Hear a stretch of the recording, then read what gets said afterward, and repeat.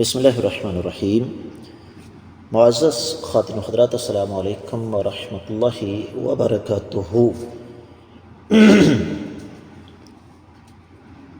کوئی شخص اگر قتل ہو جاتا ہے تو اس کے ورثاء کو کیا اختیارات شریعت اسلامیہ عطا فرماتی ہے، یہ ہے ہمارے آج کے حدیث کے سبق کا موضوع۔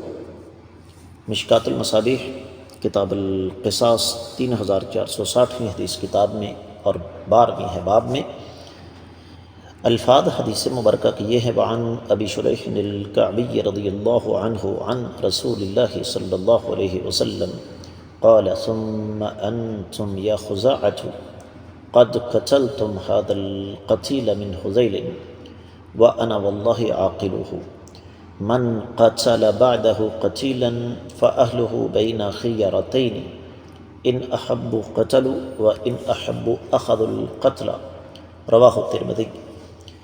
معزز خواتین و حضرات، یہ روایت سنن ترمذی میں ہے،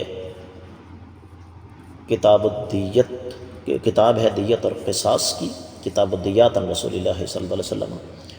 13واں باب ہے قصاص اور عفو کے سلسلے میں مقتول کے وارث کے فیصلے کا بیان۔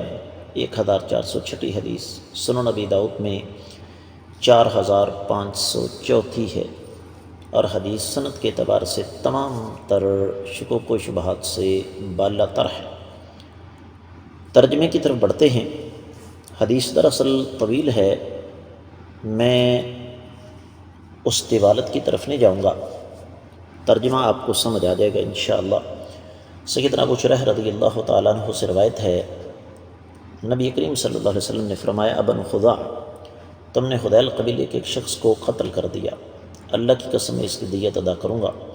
اس کے بعد جو شخص کسی شخص کو قتل کرے گا تو مقتول کے ورثاء کو اختیار ہے، اگر وہ قصاص کے طور پر قاتل کو قتل کرنا چاہیں تو قتل کر دیں، اگر پسند کریں تو دیت لے لیں۔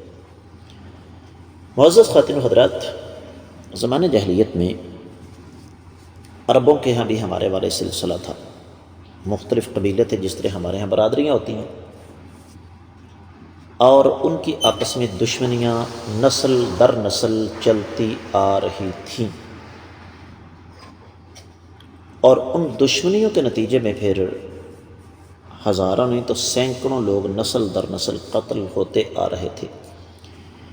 شریعت اسلامیہ نے آ کر اس پر روک لگا دی۔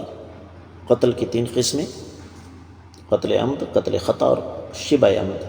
قتل عمد وہ ہے کہ جس میں انسان کا ارادہ بھی ہو، قتل کرنے والے کا، اور اس کے پاس ہتھیار بھی ہو۔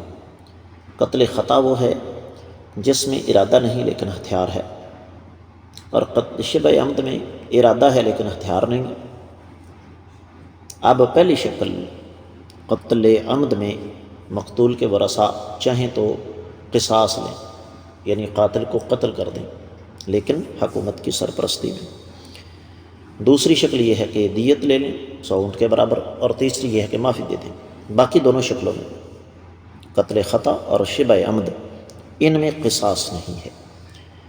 اب اللہ کے رسول صلی اللہ علیہ وآلہ وسلم نے ایک قاعدہ قانون بنا دیا کہ اگر کوئی قاتل کسی کو قتل کر دیتا ہے